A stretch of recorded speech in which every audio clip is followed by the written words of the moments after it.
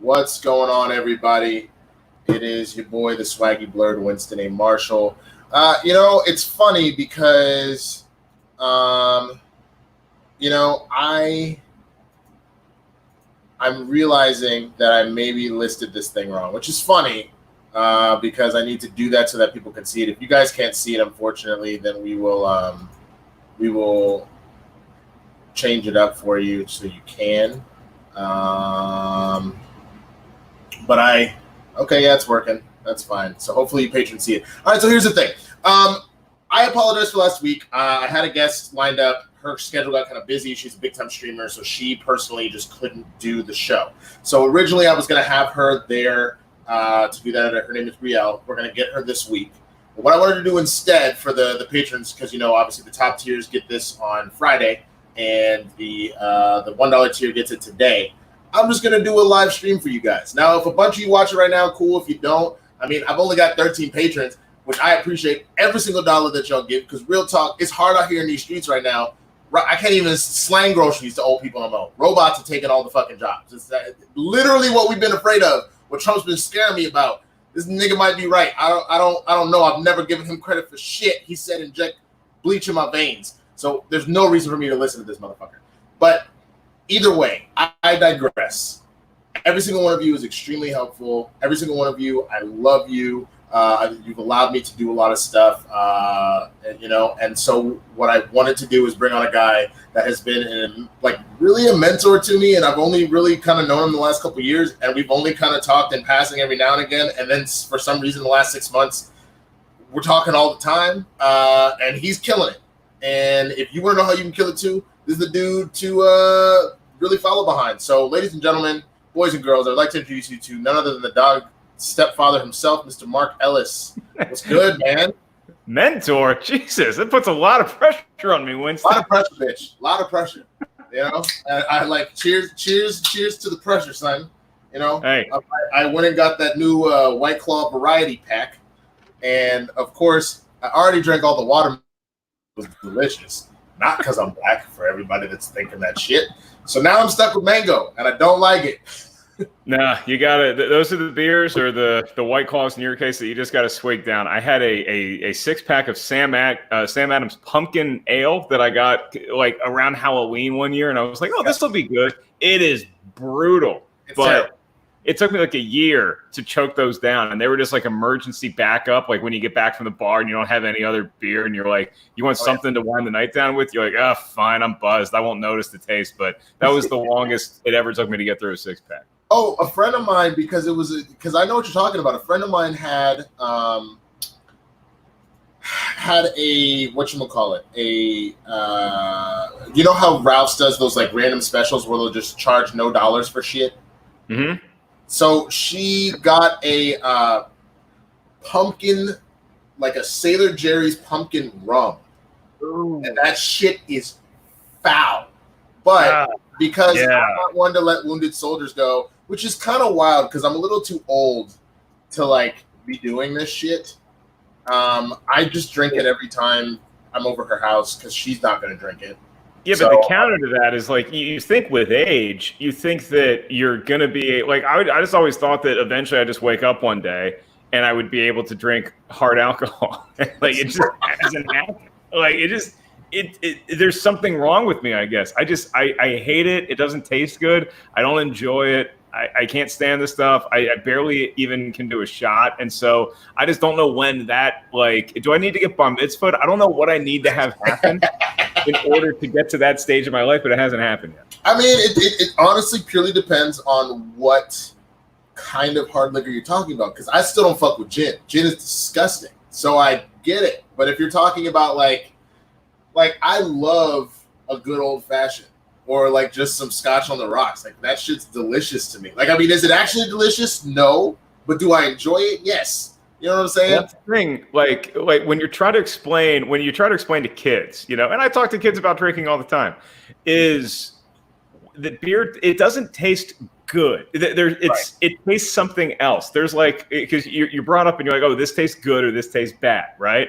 And then you have this other thing that you get introduced to, and there's no good or bad about it. It's just it becomes something that is welcome and refreshing, and then all of a sudden it becomes this thing like desire, almost like if it gets to a need, it's too much, but it becomes a want. And I'm not sure if it is the taste or what it is about it, but it's not good, but it's something. No, I mean, I agree with you, and I think the thing that's just so interesting is that the more I drink alcohol, the more I realize how much like the world is dying and how like I'm dying on the inside. So like I just keep drinking it because I figure, hey, maybe it'll get better the more I take down, you know? I thought you were going to say something like, the more I drink alcohol, like I find I can't get out of bed the next morning as easily. I didn't know you were going to take it to that place. We go with dark, baby. We go with dark as hell. Like there's what is there to be all extra exuberant about? That's like me saying, I like pizza, but the more I eat it, the more I fear zombies taking over the world. I mean, look, man, it is what it is, brother. But first of all, I just want to say thank you for coming on. I really appreciate it. Happy to get the call, man. Yeah, and I just want to thank you in general, just like across the board. I mean, from the day that I met you, you've been the nicest dude in the entire world. Like for whatever reason, I don't know if that was a mistake or if that's just a front so you can like kill people, or if in retrospect, it was a mistake because I didn't realize you were a Cowboys fan when I first met you. And that's fair. Had I known that, the veil would have stayed. I mean, you're fine. You got Chase Young. You'll break everybody's bones. It's fine. Hey, even Cowboys fans have to admit the Redskins win the Super Bowl every April. We have something to get excited about, and then it just disappears by the time the season rolls around. It's the September to January is when the Redskins fans really struggle. February to July, we're a really good ball club. It's just that second part of the year that we really seem to not be able to find our footing. I mean, I get it because Jerry Jones is the master of like PR, I would argue at this point, and the Cowboys are always in the news, so it's the same thing where like we always have something to either be extremely proud of or incredibly embarrassed by, but you're never not talking about it. You know what I mean? Yeah. That's the thing. That's why a lot of Cowboys fans around this time get nervous because they're hearing news about the Dallas Cowboys because Jerry loves being in the spotlight. It doesn't matter if it's good or bad. And so a lot of times with the news stories and what this 24/7 cycle is that, oh, Jerry said this or this happened, and Dallas fans get concerned. And none of it actually matters. The Redskins really pick and choose their moments when they decide to either make a quality signing or to say something really stupid. And it doesn't happen that often. But when it does, in April or in May, it's usually something positive. If it happens the rest of the season, that's when it's usually not good. Yeah, that's the thing. I mean, I feel like you guys would lift what you might almost call the Native American curse if you just got rid of your team name. Like, I feel like you guys might actually get your shit together because I feel like that stems in the same way that I'm ready for Jerry to just die because that whole level of like, I have like a Vulcan death grip on this shit. I'm gonna do whatever the fuck I want. That's what I get from Snyder. That he's just like, fuck y'all. I'm a rich billionaire. This is my team. Like whatever.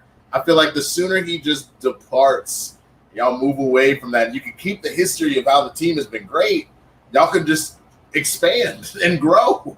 I think that's the thing that people don't understand about changing the name is that it doesn't mean that John Riggins or Doug Williams or Sonny Jurgensen or Sammy Baugh never existed. It doesn't mean you're burying that history. It just means that you're progressive and that you realize that in the year 2020, what flies is very different than what flew at the time when you named a team, which was almost a century ago. Like, this is not hard to understand. And what it would do for the franchise is, sure, it might alienate some people and it might upset some people, but it's also like, the thing that everybody would get so galvanized by and want to celebrate is the fact that this cloud has been lifted. Because I've always said this, I really want my team to go to the Super Bowl every year. If the Redskins go to the Super Bowl this year, what do you think that 2-week media coverage is going to be leading up to the game? The name again. Because anytime you guys are really in the news, that's what it goes back to. I don't want to talk about it. And just selfishly, I just don't want to talk about it anymore. Just get rid of this. It'd be like if you were dating someone and she is smoking hot, right? You can't wait to introduce her to your family. But the problem is she's a Satan worshiper. And boy, did she wear it on her sleeve.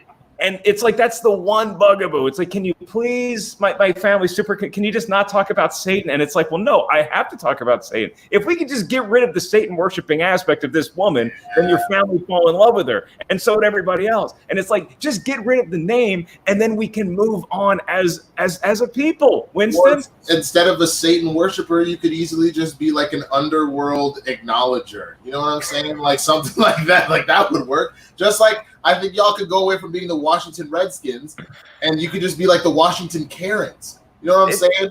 Can I tell you right now, if they were the Washington Karens, white women would have got that shit overturned so fast. Y'all would have been some, like, I swear for Jesus, because I know you saw how quick they were ready to write all sorts of think pieces about how it's misogynistic to call white women Karen when you're like, you know, it wasn't white men that came up with that. It was black people talking about you barbecue Beckys and you you curbside Karens that just wanted to call the police on black people.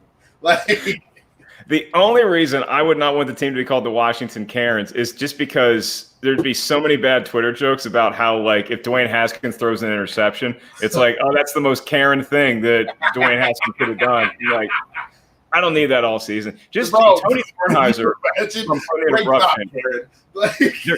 There was a great idea that Kornheiser had, and he said just change the name of the team to the Washington Warriors because it still has that spirit from the Native Americans, but it also would go hand in hand with what started at Walter Reed Hospital in D.C., the Wounded Warriors Project. So you have so much positivity coming into this organization now, and I really do think that that's part. Winston, it's like the house in Poltergeist. We buried this. We built a house on a Native American burial ground, and now it's coming back to reclaim its property, and we should just move.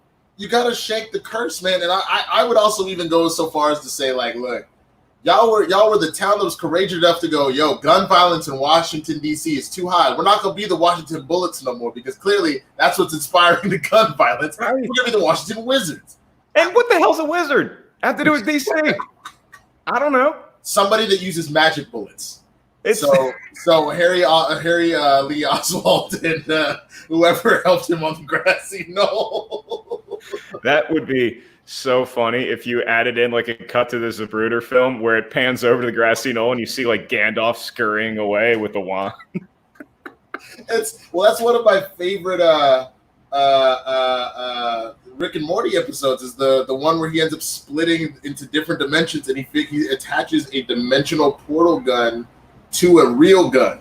So the bullets travel through another dimension to try and kill somebody else. Damn, so like, I mean, I'm not, bro. Like maybe it was all a conspiracy. You want to hear something crazy about me? Is that I have never seen an episode of Rick and Morty. That's okay. It's a phenomenal show, and I would suggest everybody watch it. But at the same time, the fandom for Rick and Morty has gotten so toxic. I'm not surprised if you just haven't seen it because you've been busy. That's one thing. You should definitely watch it. If you haven't seen it because you're like, I've heard too much bad shit. I'm like, I get it. I'm not gonna like browbeat somebody over it. But it's pretty genius, man. I don't know if you ever watched Community. It's like Community if it could be animated so they could do even more. Yeah, right. No, I never I really missed the boat on a lot of TV, partially because I was just busy watching live sports. Like if I'm not watching live sports or a recap of the live sport that I just watched, I'm usually watching either Family Guy or maybe occasionally I'll catch a South Park, but that's really it. And so during this quarantine where we don't have any live sports, I've actually been watching as many sports as I used to. It's just that they're all old and I know the outcome, but it's still better than anything else I have. And then now that we have The Last Dance airing every Sunday, I have like something to base my week around because I'm just so fascinated. I didn't think that Sundays would be so difficult because there was a time period where like you would be watching on Sundays and like Sunday night, like you would have a baby bit of basketball like in the morning, then you would have like Sunday Night Football, but then like either Insecure or Game of Thrones or some shit would come on like at night plus John Oliver. So like it's the same issue now where it's like, fuck, I got Last Dance at 6, but that's when Insecure comes on, so I gotta like figure out which of those I'm gonna watch first. Yeah. So I gotta play catch up to some other shit. Good Girls is on, which is a great fucking show. Reddit's hilarious. Like there's just too much shit right now because we're just at home. I do miss sports though, but also this would have been, well, it would have been fun. It would have been NBA basketball playoffs right now. Yeah, we would have been getting into the playoffs because we still would have had all this other stuff. It's just on top of it, we would have had live sports. And so I thought the draft, I thought the NFL draft was really well executed. Like, it was really impressive to watch that all come together. It was a little bit too much pomp and circumstance for the first 20 minutes of national anthem and Peyton Manning narrating a documentary and Goodell and like all this. It's like, Jesus. Are we singing the national anthem for everybody just remotely? Like, does everybody who's sitting in their chair at their office, do they have to stand up when we sing the national anthem remotely, or do we not judge them for relaxing because they're actually just from a remote location? It just, none of it made sense to me. Just say Joe Burrow's name and let's get this thing rolling. I mean, I think the one thing that was interesting, and I'm gonna give me half a second because I'm gonna upload this photo. Was they had this weird thing going on where they just decided that they were going to make every single person that got drafted would tell their story, and how everybody had like this really sad fucking story. So, like, for example, someone made this where he's like, high IQ work ethic, trained by ninjas on a mountain, burned down a temple. That's a serious red flag. And saw his parents murdered in cold blood. Like, that to me is phenomenal, because that's exactly what it felt like. Every person was like, yeah, this young man, you know, his daddy left when he was 2, and then he was homeless from the ages of 4 to 21, and he somehow was playing football while sleeping outside the actual university the last 4 years. So we're really proud of him that he made this, and him crying makes a lot of sense, including the fact that his mama is now apparently abusing to try and get him out of the frame. So, like, it was just kind of a lot. You got, like, Mel Kiper acknowledging the red flags. Like, look, he burned down the entire League of Shadows. Ra's al Ghul not happy with him. We understand that's an issue. But this guy's hand size is 10 1/4. So that's more than enough to stop the crime in Gotham City. I would never get there. My hands, I have such tiny hands, I would never. I've got like average hands. I just have really long fingers. Those are mixed. I don't know if it's just the way that it was like in camera before, but you looked like one of the aliens from Signs. Like, look at those mitts. Those are don't get water on those things. Those are precious. Oh, dude, I don't know if you can really see it because of the ring light, but I actually tore a piece of my finger out. Was it a kitchen accident? No, it was sort of. My mom had a fold-out table she was doing, so she actually got a bunch of flowers for a bunch of women that have been dealing with domestic violence during this. They obviously, a lot of the hotlines have been closed. There's nowhere to go. A lot of the shelters are full, and so the mayor and Rihanna and somebody else, the Garcetti, the mayor, the Los Angeles mayor, bought out a couple hotels for these women and like their children to escape to. And so my mom decided to donate a bunch of flowers so that when they arrive, they have something like nice and positive to like encourage them, since obviously this is probably one of the most brutal times they could go through. So all that being said, I was setting up a folding table for her so she could like have this crew of women like make these bouquets. And I ended up, when I flipped it over, it didn't lock properly. So my finger was right where the lock mechanism was, and it ripped a part of my finger off. Yep. So it's been painful for the last like 7 to 10 days, and now it's one of those weird scabs that's still open, but it doesn't hurt. It just is obnoxious. I've been on. I've felt one of those table things before too, and mine wasn't as bad as yours. But like, I brought up the kitchen just because I've been doing so much more cooking than I ever thought I would in my life. And like, I always like judge people for like having an accident with knives. Like, you idiot, or are you not paying attention, dude? I've always cut these fingers off so many times, just cutting like a chicken breast. Like, I'm not doing anything fancy, but it's just like it's there. My fingers are there, and I don't have the cooking muscle memory that everybody else does. And I'm really starting from like behind the 8 ball in the kitchen, but I'm learning my way around. I made some chicken tortilla soup by myself, and that's been my piece de resistance so far. It's pretty. I had it for breakfast next morning. That's how good it was. Wow. Okay, so now we've kind of been talking for a little bit, so let's like get into some of the stuff. The main thing of the quarantine series that I've been doing is to let people kind of know a little bit about the person that I brought on, and then it's typically people that are like at the top of their game. They're really killing it in their field, and I'm really proud of you. The fact that you put out your special last year, because it was last fall, right? Last winter. Yeah, it was last November, and okay, yeah, man, which it's on my list of here. I'll see if I can pull that up too. I have like a couple. I'll embarrass myself because some of these are ridiculous, but I have like a bunch of like life goals that I really wanted to do. Oh, let's see it. Yeah, let's see. Hold on, let me pull. I got to screenshot this real quick.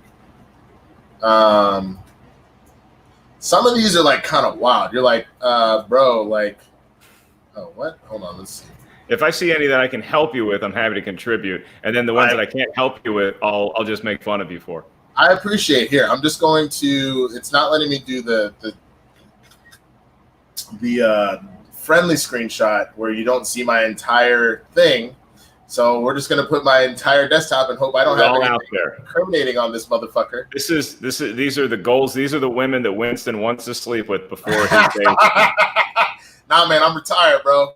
I'm retired. I don't. Welcome to Del Boca Vista, my man. Nah, I'm retired, son. I one woman, I'm good. Unless she want to get freaky diggy and bring another lady in. Otherwise, I'm chilling. I'm good, man. But all right, so I don't know if we can. I'm gonna work on that. We're gonna make that bigger somehow. Just give me a second, but we'll keep Take talking. Your time, man. Tell us a little bit about yourself as far as like what. Remind me where you're from originally. All right, so I was born in Winston-Salem, North Carolina, and that's where my parents went to college at Wake Forest, and then we moved around a bunch because my dad was in the Air Force. So we went from North Carolina to Panama City, Florida, to Rockville, Maryland, to Fairfield, California, to Columbia, Maryland, short stint in Roebling, New Jersey, and then back to Virginia, Williamsburg to settle in until I ultimately went full circle and went to college at Wake Forest, right over there. In North Carolina, where I was born. So I lived in Winston-Salem for like 6 weeks when I was born, and then we had to move, and then I went back there for 4 years for college, and then from there moved out to LA to pursue my dream of 15 years later having a special come out. It's all good, man. Hey, look, like trust and believe. Okay, you know how I'm going to do this? I'm going to take a screenshot off my phone, and then I can just. There you go. Not expose all of my deepest, darkest secrets. Wow. Okay. So I didn't realize you were a Virginia boy this whole time. That actually explains why you like the worst team in football. Well, no, actually, it goes a lot further back than that because my family is originally from Boston. So we're from like the Watertown area outside of Boston. And so in the 30s, my grandfather was a huge Boston Braves football team fan. And then the Boston Braves changed their name from the Braves to the Redskins because they wanted to be more racist. I don't know why. So they changed it to the Redskins, and then they moved down from Boston to D.C. to become the Washington Redskins. Around the same time, my grandfather, who was in the Navy, went to D.C. to work I don't know if he worked in Annapolis proper, but he was around there, and they settled in a part of DC called Oxon Hill. And that's so my dad was basically born in Cambridge, Massachusetts, but then at that hospital, but then a couple months after he was born, went right down to DC. So that's how far back the roots go it goes back to Boston with the Redskins. Wow. Okay. So, but then that makes me curious. Why didn't you end up then being like, not to go fullback on the sports thing, but how did you not end up being like a Patriots fan or anything like that?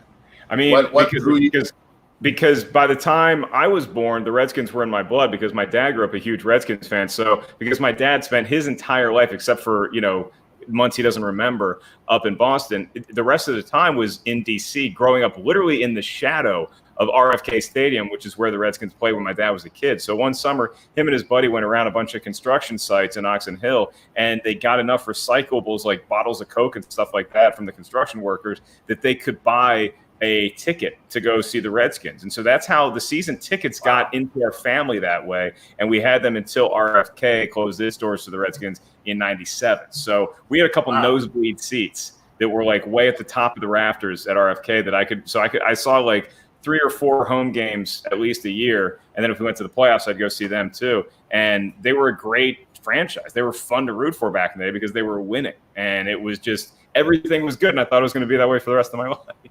I mean, you never know. You guys can eventually make a comeback. Like we said, you just got to shake your curse a little bit, and you'd probably be good to go at that point. Like I just want to be competitive, man, and I think you feel me on that because I know as a Cowboys fan, you just want to get in the tournament, and you just want to not choke in the playoffs. It's like you just want to get to that next step, and that's what keeps us sports fans watching this stuff. Is like, I really think the Redskins are going to win the Super Bowl this year? Probably not, but I just want to be in the conversation a little bit. That's true. I mean, I'm there, but I also am like, because people love to go, well, what have you done for me lately type shit. I mean, they love to tease you about the not even winning playoff games, but I would love to get to the point where we actually win another Super Bowl because, like, one, I don't like being behind the Patriots. Like, where the fuck did that come from? I don't like how every 2 seconds I have to be paranoid that the 49ers are going to go grab one, like this past Super Bowl. Like, I was hoping Patrick Mahomes shoved their shit in just because of that. And he also apparently saved thousands of lives. The fucking San Francisco feeling actually saved God knows how many lives. Mm-hmm. So he's actually a real-life superhero. But I am at that point where I just want the Cowboys to actually do well again, mainly because being a born-and-raised Texas boy, a Dallas kid, like, I didn't really care about football at the time, like, because I would have been, our Super Bowls were, 93, 94, 96, I believe? So, yeah, y'all have 5 total. So y'all won Super Bowl 6, 12, 27, 28, and 30. Yeah. So, like, I literally didn't know any better because the team was just really good. So, like, literally, my parents would be like, "Oh, we're going to a Super Bowl party, the Cowboys are." I'm like, okay. I just thought it was something we just did. Like, I imagine there's some snobby-ass Patriot kid right now that just didn't know any better because the Patriots just always go to the fucking Super Bowl and just assume that that's just what happens. So, like, I want us to be good where I'm, like, an adult and I can appreciate it. And we always get kind of close, but we don't get there. But I hope to get to the promised land one day while I'm still alive. But it'd be nice if just for a few years we could have the NFC East be great again and have all 4 teams be competitive like what it was when I was a kid or when you were a kid, because it was really good. I mean, you had Jimmy Johnson and you had Joe Gibbs and Bill Parcells. Even before that, you had Tom Landry and Buddy Ryan. It was just such a competitive division, and it was just such a dogfight every weekend, and it doesn't feel like that anymore. And I don't know that sports will ever feel like that again because we're adults, unfortunately, now. But I think that there's just things that we root for as adults to make us feel like we did when we were kids. And part of that is just being in the conversation. I just want the Redskins. My goal every season is I want the Redskins to still be in the playoff hunt by the time I go home for Christmas break. That's like my big goal. By the time I go visit my family in Virginia, I want them to still be in the conversation. When you do something or think something fucked up and you don't feel bad about it at the time, and then once you realize it affects a real human being, you feel really shitty. Like, you're describing every stand-up set I've ever had, yes. That's kind of me with the Redskins. Where, like, I'm like, man, fuck y'all. I'm glad y'all bitches is out again in week 8. You already done, yo. Good. Stay out. Ain't nobody want you with this motherfucker. And then you say something like that, I'm like, oh, no. Like, no. Mark almost sad. Like, he just wants to make it to the playoffs. Winston A. Marshall, I do not want your sympathy, okay? Because you're getting none from me on your side, all right? So let's agree to not give a shit about each other's team. That's fine. I'm about it. All right, so I finally got this loaded in here. So let's take a look at these life goals since you're talking about the special. So I had get down to 200 pounds, get below 14% body fat. Jesus Christ, that's going to be a lot. The dates tattoo was I was going to get the dates that I booked my first major role the day I got married, and then something else. But I think I'm probably going to get rid of that because that's kind of what this whole I've explained this to you before. What my whole life bar tattoo is. Yeah, it's like every time I do a major, which I want to add one, but I can't because fucking lockdown. That's the only reason we need to liberate California, so I can get my tattoo, and then we can go right back to quarantine. Having me on your show not enough to get another heart? I mean, that could take number 6. You know what's funny? You motherfucker. Everybody's like, am I not good enough to be like my old roommate? He was like, we lived together for 9.5 years. I can't get one of the hearts. I was like, but it's not, bro, come on. Like, but like everybody's like, someone's like, someone saw me at a Subway. And they're like, oh, that's a cool tattoo. What does it mean? And I was like, oh, it's this. They're like, oh, like from Zelda? I was like, yeah. It's like, so do I get to be one of the hearts since I put a little extra mustard on your sandwich? No, bitch. Like, just give me my sandwich, leave me alone. For me, I'm like, okay, how much mustard are we talking here? I mean, enough that the whole top part of my sandwich was covered. I had mustard in every single bite, sir. You better be careful with that. Like, I would get it up to, I believe, 5 hearts blank, because I know you're trying to settle down. I know you're trying to find the right woman, and you want to promise her a spot. But there's a lot of women that you could think are the heart, and maybe they end up being the heart. So save yourself 5 to 7 spots. I need you to stop trying to get me broken up with Mark Ellis. You met my girlfriend. She likes you. She thinks you're nice. I'm going to need you to stop. Just set me up to fail. Is this live? Is this on TV right now? I mean, there's one patron watching live currently. So there's that. So most of my views tend to come from this like way later. The patrons tend to watch it with but this was, as I kind of explained to you, I had someone last week, they didn't show up. I wanted to do something for them, so I figured bringing in the funniest person I know would like for live when it works. I am I'm Tony Romo when Drew Bledsoe was starting. You know, I'm happy to be your backup. Or you're Tom Brady when Drew Bledsoe needs to stop starting. That motherfucker got replaced so many times. Yeah, I know. That is sad. Okay, so wait, let's get through the rest of these real quick. Bullshit. Design a real life RPG. Cool. So like I wanted to do an RPG that like would help you track like stat, like you would get experience points for like doing shit in life. So if like you pass the bar, then you gain like X amount of intelligence and blah blah blah. You know what I'm saying? Something like that. Get married, have kids, book a series regular, book a lead in a feature, buy a house, buy a brand new car, travel internationally on my own with my own money.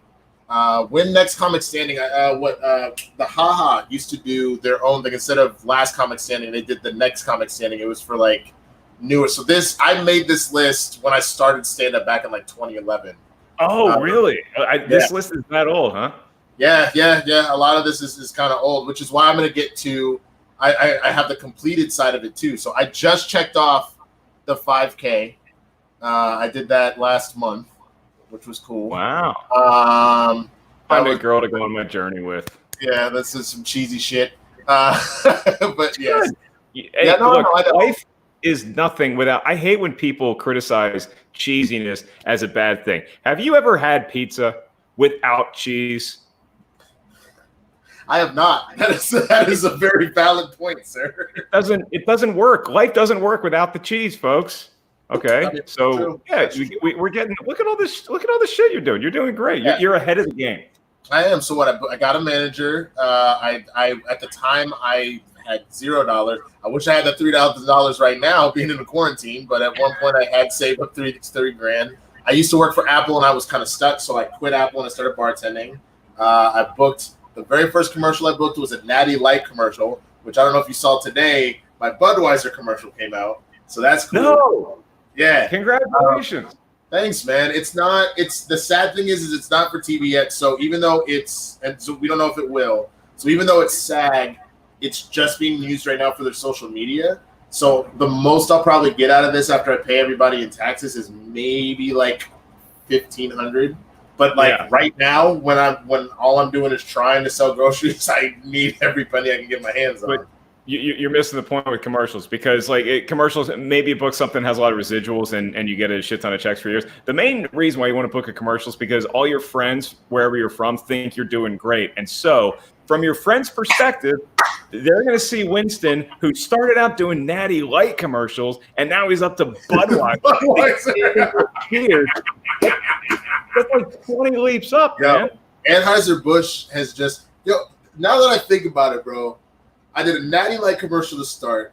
When I was bartending, they had the Bud Light girls come into my bar, and they would try and get people to like sign up to potentially win a trip to whatever USA. I actually won the trip because a lot of times they would come in and no one would be there, and they had to meet a quota. So I would always fill it out they were like, you can use the same email, it doesn't matter. So I used all of my email addresses and I just kept signing up for them, and I won the fucking trip.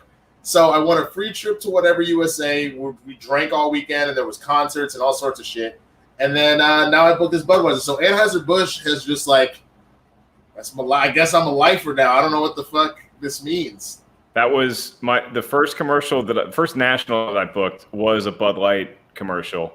And I remember telling my dad, and my dad was so excited because it was a product that he'd heard of. And he's like, "Wait, Bud Light? You mean like that Bud Light?" And I was like, "Yeah, Dad, like that Bud Light." So I did a Bud Light, and then I did a Heineken International one. So I got Bud Light and Heineken checked off, but never got my golden.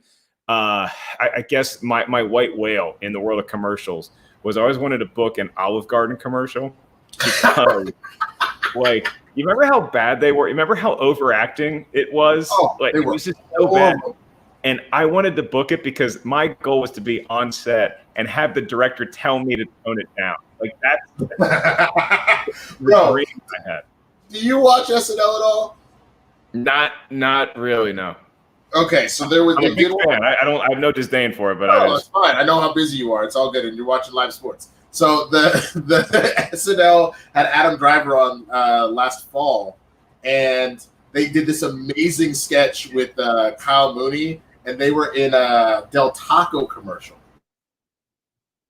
Value menu because he didn't have enough money. So he goes, "Oh man, I ain't got any cash." Like it's supposed to be like a really cheesy, like whatever. So I'm just imagining like, "Oh man, there's not enough breadsticks. Oh my god, there's not enough breadsticks." Just like Yeah, or somebody says something and you laugh way too hard. Like that was the goal I was going for, yeah.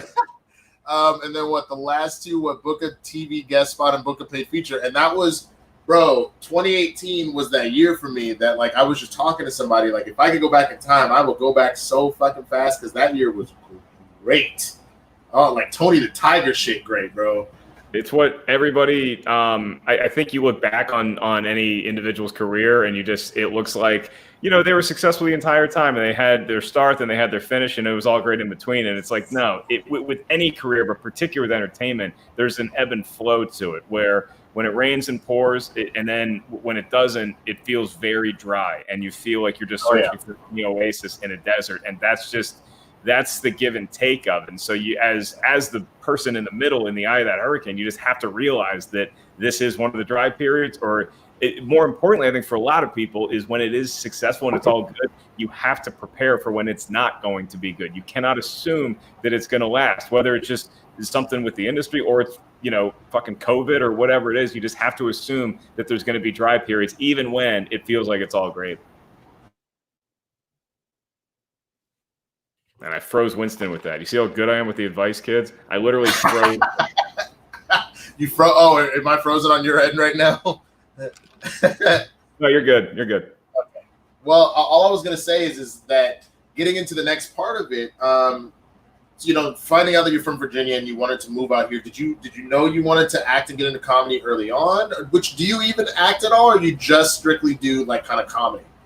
I don't really make a priority out of acting. I haven't in a long time. I mean, even when I was doing commercials, it was something that you could do as a comic during the day, and it was easy. You show up to an audition, and maybe you book it, maybe you don't, but who cares? And with stand-up, that was always and still is my primary drive. That's not just like the bulk of how I pay the bills, but it's also just my love. It's my favorite thing to do. And so when I moved out here, that was what I was moving out here to do. You could either go to New York or LA. Was like, you got to go one place where you can get on stage every night and figure out how to do this thing. And if you can do this thing, and if you're good enough to do this thing, if the lifestyle is for you, and you don't know the answer to any of that before you start doing it, there's no comedy class you can go to where they tell you if you're cut out for it or not. You just have to go do it. So I had a buddy who was living out here from high school, and I slept on his couch for about 4 months. And it was right off of Sunset and Fairfax. And so I could walk to the Laugh Factory and do their open mic. I could walk down to the Comedy Store, do their open mic. And the Improv wasn't too far, so I could, haul that or get a ride there. And then I just settled into that rhythm of doing an open mic or doing some show every night. And then I got hired at the Comedy Store a couple years into it to work the door and the, lot and the sell tickets and all that stuff. And then it just gradually kind of, you start building some steam and some semblance of a career. Then the next thing you know, you look back and you're like, oh shit, I've done some stuff, and you just want to keep it going. No, I respect it, man, and I got to give you a lot of props, because maybe when I got into, like, what year would you say that this all started for you? How long ago was that? March of 2003 is when I moved out here, and then I got hired at the store by the end of 2000. I think it was by the end of 2004, 2005.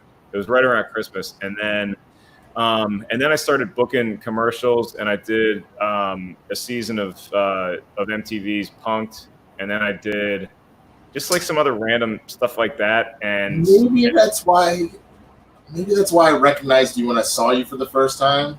Not because I watched it religiously, but like I did used to watch the show, and it's one of those, like, you recognize someone, but you don't necessarily, you know what I'm saying? So I was like, I know I've seen you somewhere, and that's probably where I saw you randomly. You know what I'm saying? Like, you can't put your finger on it. Yeah.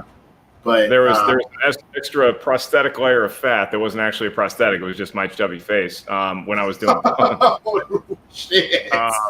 Yeah, and then I lost all that weight in like 2009. I just said, okay, look, I need to get real about this, and so I just started going to the gym every day and eating right and all that stuff. And then I lost that weight, and then I just started. Then by that time I was able to start going on the road. Let me feature for them, like John Caparulo and Eliza Schlesinger and I are good buddies, and Steve Byrne, people like that. And then you start headlining on your own.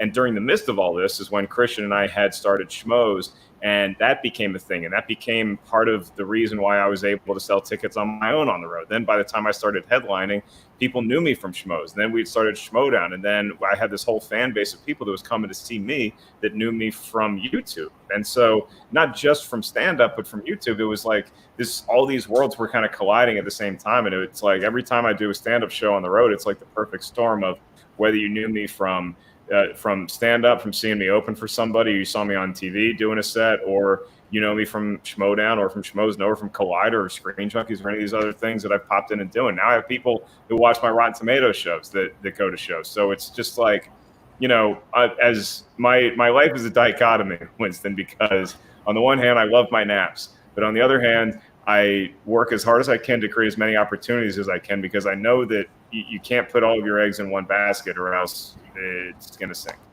Anyway, and the scariest thing is when you put, you know, you either have to put all your eggs in one basket because it's a quarantine and you're only allowed the one basket. So when you're in the actual store, you know, you just have to be careful that, you know, you don't get bumped into by that old man that is like trying desperately to get in and get out because this is the only time he could get out of the house. So there's that. Yeah. But then you also have this. I mean, it's like if you're going with the grocery store mentality, the stand-up aisle, nobody's on that aisle right now. And, I mean, that's true. Stand-up was always the backup plan. Stand-up was always like, hey, if all this other crap fails, I can always be in front of an audience, in front of a brick wall, and tell jokes. And it's like, that's the one thing I can't do now. And it's just it's so frustrating. But, you know, luckily I have these opportunities I've created for myself that I can get by with. But I really, really miss the drug of what stand-up. Sure. Well, and that was the thing. I agree with you. It was 100% a drug. I think what made me fizzle out personally is that this town in particular, around 2010, 2011, became, and it may have been that way before, but it became so bringer show based that it got hard for me to continue to like find the oxygen to like get out there, because I ran out of friends that I could bring to shows. And I got like, essentially what it came down to was like, I mean, I'll come, but are you doing the same, like, you know, you and your dad jack off to the Price is Right models joke? Because if you are, I don't want to hear it for like the 10th time, but thank you. Yeah. It's hard. That's the drug aspect of it. Is if you're watching the show and you don't know what a bringer is. A bringer is basically a show that you get booked on with the promise of you getting at least 5 or 10 of your friends to come buy a ticket to see you, so that whoever is putting the show on can guarantee that there's going to be a full house and that the bar makes their money and you get paid and all that stuff. And it's just such a rough way to go as comics, because especially for somebody like me, I hate performing for people I know. I like doing it for strangers. That's the sport to me. But the drug aspect of it is that you start out doing open mics because there's a level you have to get to just to get to be a bringer comic. And you start out doing open mics, and open mics are great because it's like if anybody laughed, if I made the one audience member of the room laugh, then that's something. Then you get to bringers, and everybody's first bringer experience is the same. All your friends showed up because they were excited you were doing stand-up. They've never seen you before, and you crush and you murder, and now you're hooked on this drug that you can never get back in your veins because it's never going to be as good as it was that night. And that's the issue that a lot of people run into. It's because you do bringers and they're great at first and then they suck. And then you can't go back to the open mics because you felt what it was that first night when all your friends were there and it was great. And it's so hard to think that you got to go back. It's like a team rebuilding. Bro, you didn't have to read me for filth. Like I would appreciate if next time you just warn me before you take me outside and you didn't even spit on it. Just not. It's nothing. It's nothing against the comic. It's the industry. I know. You know. I know. That's what it was, man. And like I got told because I started off via taking a class, and then I kind of hit the half open mic, half bringer side of things. And I got told by a number of people, they were like, "Yo, if you do this right, you can really make this work." And I believe that. But for me, I guess that's the flip side. I always had a super secret. I watched a shit ton of stand-up growing up. I always had a secret love for it, but my first love was always acting. And so what I was finding, which is I was doing stand-up at Apple as kind of this is another way for me to like kind of perform and do whatever. But then you have to make a choice. If you work days, then you can have your nights and you can go do stand-up. But if you work nights, like when I started bartending, then you got to do your shit during the day, which is more acting stuff. And so that became like the weird thing where like I didn't have time anymore to do it, and then I got scared, and then like, and that's the weird thing now is that like I know it wouldn't be that big of a deal. I know I could probably still like I wouldn't crush, but I would do pretty well, and I get too stalled out from being afraid of going back to it, you know. Well, that's the thing though, is that you have, ironically, by you making the decision that a number of comics have made, like I can't do bringers anymore. I don't want to do open mics. This is just not for me. But you, in particular, you, Winston, have created this other thing and found other outlets to get your name out there. So now people do know who you are. So now you've bypassed the bringer thing through a different avenue. It's avenues that weren't open to comics maybe 20 years ago. But there were other opportunities back then that weren't available now. But you have this thing where you have a name and you have people that are also in this industry that you can do stand-up shows with, and they're legit stand-up shows. And so if you get the bug again, then there's the stage for you. Hopefully once this thing is I appreciate it, man.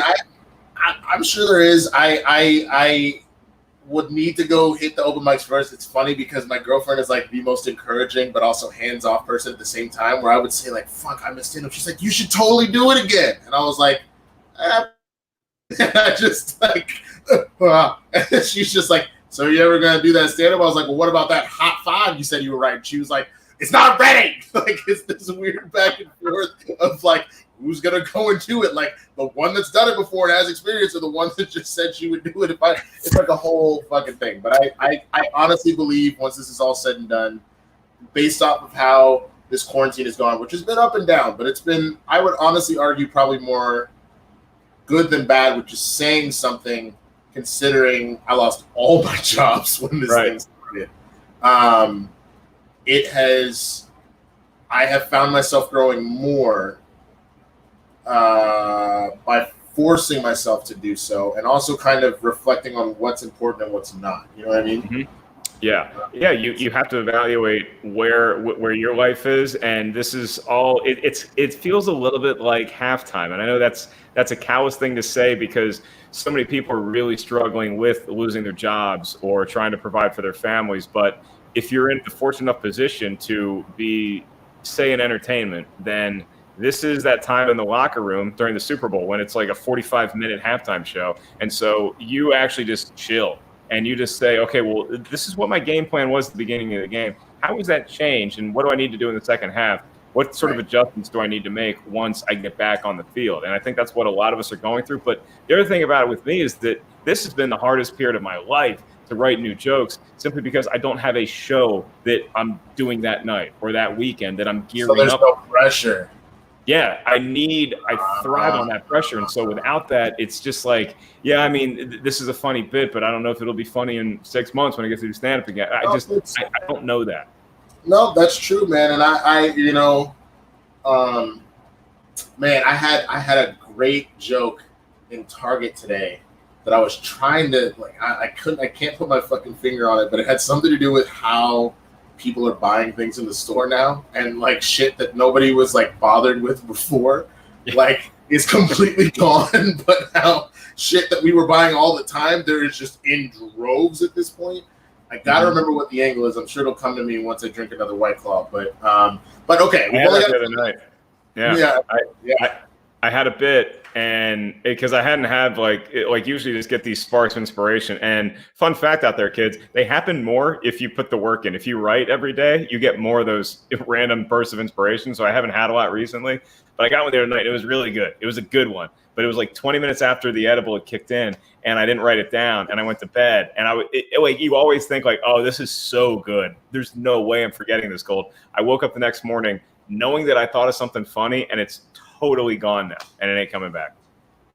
Hey man, it's kind of the reason why, like, because the same thing happened. I tell my girlfriend all the time, I'm never gonna forget it. It'll be fine. And then of course I fucking forget it. But I have one that I wrote down about specifically how about that watermelon White Claw, and how like what LaCroix came out with the watermelon LaCroix. Where like I'm in a store and I see it, I go, oh shit, that looks delicious. And then I look around just to make sure there's no white people around me, and I grab it and I take a sip, and then a random black person and just walks the fuck off. But okay, we got 9 minutes left, so I want to cover two things real quick. The first, I always do something called top five. It's where I ask the guests their top five of a particular category, something that would be tied to them in particular. So obviously, with stand-up being your big thing, who would you say are your top five favorite comics of all time? Number one's easy. Chris Rock is my favorite comic of all time. I, by default, would have to put Carlin and Pryor on the list. I would probably put Bill Burr up there. And then I might... He's incredible. You know what? Today I'm going to give love to Riggins. On another day, it could have been Dangerfield, or it could have been Kinnison, or it could have been Chappelle. But on this particular day, I'm going to throw some love towards Don Rickles. Okay, word. Before we get to the other two, the other thing I wanted to ask you is typically what I like to do with this as well is kind of educate people, and I think you kind of got into that about how it is that grind, and it is any way that you can go about making a name for yourself and honing your craft, the writing every day. You've said a lot of that kind of stuff. What's really your process for writing jokes? Are you the type that just something strikes you and you whatever? Do you have a specific set of exercises? People, do you just try it live and see what happens? Like, what's your... You got to be open to any form. So like if you get the random inspiration strike, you're not don't say no to it. But I would say that just getting loose, writing every day helps, even if it's just stream of consciousness, because when you write stream of consciousness, at some point or other, you're going to run into who you really are. You're going to run into yourself, and you're just going to start. It's kind of like journaling, or it's like writing in a diary. It's just being honest with yourself. So just be honest, because honesty is where all the comedy is going to come from. And you know, once you get to a point, you can go on stage and you can take an idea that isn't fleshed out and you can work on it on stage, because you have enough tricks up your sleeve. You have enough different ways to pull the ripcord and parachute to safety if it's not going the way you wanted it to go. But those are the most thrilling times, is like just having an idea and not being sure if it's going to work, but you know there's something funny in there, and trying it on stage that night. Those are the best nights, but you can never rely on just that, because you're not putting the work in. For me, that other people work differently. I'm just saying that's how I would feel like I'm just being lazy if I'm just relying on just being on stage and having it come to me on stage. I need to put a little bit more work in, because I'm not as funny as most people. I mean, that's a lie, but all right, that's fine. That's fine. We will let you have that. Okay, I'm gonna go. That's fine. That's your truth. That's your truth. All right, we're gonna go top 5 favorite Redskins. That's the team you talk about all the time whenever I see you. Your top 5 favorite Washington Redskins of all time. Okay, number 1 is Darryl Green, the Hall of Fame cornerback, fastest man in NFL history. Number 2 is Art Monk, wide receiver. Number 3 is Doug Williams, the MVP of Super Bowl 22. Number 4 is probably going to be John Riggins, this MVP of Super Bowl 7. Tim Riggins from Friday Night Lights. He was totally the inspiration for that. He was kind of Rodman before Rodman because he just show up at practice with a beer and a mohawk and just didn't care. And he was the Rodman of the early 80s. And to round out my top 5, I'm going to go with Gary Clark, who was a Hall of Fame, Washington Redskins Hall of Fame, not quite the stats to get to the NFL Hall of Fame, but he was a very dangerous receiver and he played through anything. He had such heart, and all those guys that are on that list because of how hard they played, how much they dedicated themselves, and how inspirational they were to me when I was a kid. Yeah, okay, word. I respect it, man. Which, by the way, I was talking about this, that Prince crawled so Dennis Rodman could walk so Jaden Smith could run. Like, that's essentially how that went. You know what I mean? Like talk about gender fluidity in the black male community. Like, it all started with Prince, man, but Rodman really took it to the next level with that wedding dress and the hair colors and just my boy just put it all over the top, man. I feel I loved in the Last Dance. Somebody on Twitter, I can't remember who. I'm sorry I can't give you credit, but they were talking about how MJ and Pippen had to go to Rodman's hotel room to find him, to bring him back to practice, and how that was the plot of The Hangover. And I saw that on Twitter. I'm like, this is the best. I'm sorry whoever had it. I'm sorry I forgot your handle, but it was really good. Okay. I mean, dude, I've been loving The Last Dance. It's been exactly what I think people needed. To also, I think for all those kids that are just like, oh, Michael Jordan can't be that good. Like, he's just the shoe guy, like whatever. I think people are starting. It's not the same as watching an MJ game, but you're starting to see where this legend came from. Like, because it's the amount of highlights that they're throwing at us is tremendous. Because like I expected a fair amount of Jordan highlights. They're throwing more than I thought we would get in an hour, show. And it's a punch in the face to anybody who thinks anybody else is the GOAT. Well, especially because you didn't think that Jordan was putting up that many 50-point games, and it rolls off the tongue at least 2 or 3 times an episode. Like, It's like, oh, Jordan with 39, Jordan with 42, Jordan with 50, Jordan with 50, Jordan with 55. Like, you're just like, what the fuck? Okay, last top 5. Let's go top 5. Being the master of the Schmoedown here, top 5 favorite Schmoedown matches of all time. They don't have to be the most competitive. They could just be ones that you enjoyed calling. They could be the ones that you laughed at, the ones that made you go like, wow, I can't believe we made this. But your top 5 favorite Schmoedown matches of all time. All right, so I'll take myself out of it. So I won't take the ones that I competed in, but I'll go. You can use those, that's fine. Because look, people ask me, the Black History Month Schmoedown automatically is number 1 in my book. That's the greatest match of all time, sir. My favorite one that I competed in was actually one that I lost against Merle for the belt when I was dressed up as Santa Claus, just because I had so much fun. Pushing him to the limit is an achievement in amongst itself. But my top 5 matches that I've called, number 1 is still Knapsack and Whitwer, Iron Man, Star Wars. Number 2 is probably the Atlanta match that we just saw between Merle and Bateman, because that was so many different kind of lead change moments, momentum shifts in that. It was unreal to watch that thing play out. It really was. Well, honestly, spoiler alert at this point, but if you haven't seen the Atlanta match, I don't know what the fuck you're doing with your life.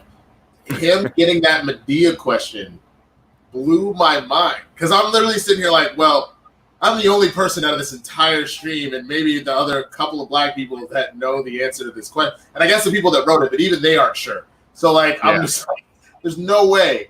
And then Ben Goddard, I was like, bitch, what?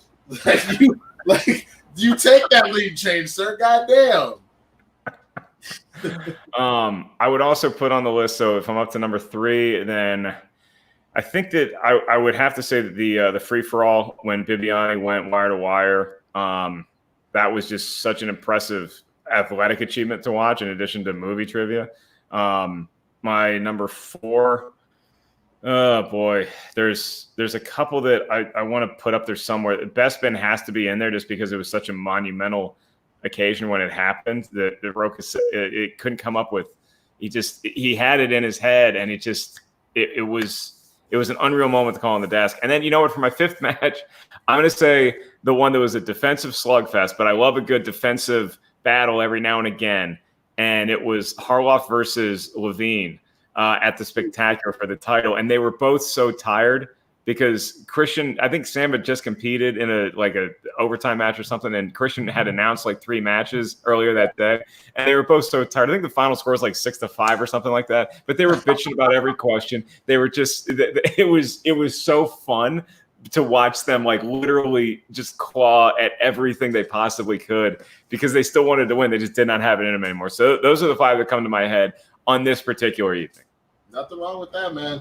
Well, Mark, I wanted to give just like a big thank you. I mean, as I said, like this has been a situation where you haven't been. It hasn't been like I come to you every day. Okay, Uncle Mark, like this is what I'm dealing with today. Like it hasn't been anything like that. But like stuff has come up that like we've talked about, and like Lord knows that whole Vegas debacle in January. Like if I didn't have you there, like I would have been completely up shit. You genuinely have been a stand-up dude. No pun intended, that just has been like you're a light to the people that like you touch with your comedy, but just like the people that you take in like that, whether it be with the Schmoedown or otherwise, you really are that dude. And I just want to give you like a big thank you for that, for sure. Hey, it feels unwarranted, but I really appreciate the sentiment. And I'll tell you this, the only reason I'm as nice as I am to everybody is because I'm getting older, Winston, and I don't want to get married. So I'm going to need one of y'all to take care of me in my elderly years. So I'm just planting up the seeds and seeing what popped. Hey, look, man, you remember the original What's Up commercials? That dude ended up in like 7 of them bitches. So like, let me just go ahead and be on the Budweiser payroll, the Anheuser-Busch payroll. That's fine. I'm more than happy to pay for all of your shit. Like, that's fine by me. Let's have some of that Winston Budweiser money trickle down to Uncle Mark. Look, man, that's all I'm saying. And hopefully we'll see what happens as far. Well, we'll talk about that off air. I realize I probably can't say certain things out loud before I shoot myself in the foot. So I'm sure they know, and they could probably see you right there. But tell the folks how they can find you. At Mark Ellis Live is all the social media, and if you want to check out my special is available for free on YouTube now, Dog Stepfather, and there's a bunch of other stand-up sets you can find up there on YouTube or on my Patreon, which is also Mark Ellis Live. So, the biggest person I want to give a shout out to is actually sitting on the chair right here. So let's see if she wants to say hi real quick. That's you little pudger. She's herself in the corner of the chair for some unknown reason, but that's her. That's her thing. She's a little shark, and it's always nice to have her companionship, as it is always nice to have you around. Even though we can't see eye to eye from September to January, we're the best of friends the other 6 months out of the year. Respected, brother, man. Well, thank you so much for being here, and thank you everybody that watched this episode of Quarantine Series. I obviously know that we're all doing kind of rough out there, but that's why we're doing this. We're doing this for an opportunity for you to get to meet somebody else, to maybe learn a new skill, learn about them, watch their stand-up, and laugh your ass off. And you never know, man. You might see something that inspires you and encourages you to be the next best you that you can possibly be. So with that, I'm the Swaggy Blurred, Winston A. Marshall. Thank you again to all the patrons that watch this live. Anybody that's watching it afterwards, please consider joining the Patreon, patreon.com/theswaggyblurred. You get early access to this. You get credit for all the sketches that I end up like writing and doing. You do get credit as a contributor and producer on that, because fuck it, I can't do shit if I ain't got no money. And on top of that, you just really help a young brother out here that's like trying to just hustle and survive. Good times. So once again, thank you very much to Mark Ellis. Hopefully I'll be able to reconcile with my guest this coming week. If not, you will find out when it happens who's coming on, and we'll just leave it as a surprise for the time being. But other than that, y'all, keep me as your backup, all right? Whoever bails on you, just let Ellis come into the game, okay? Nothing wrong with that. Absolutely nothing wrong with that. You heard that, folks. Ellis will come back and give you some more secrets. Maybe he'll do test out a joke on you or something.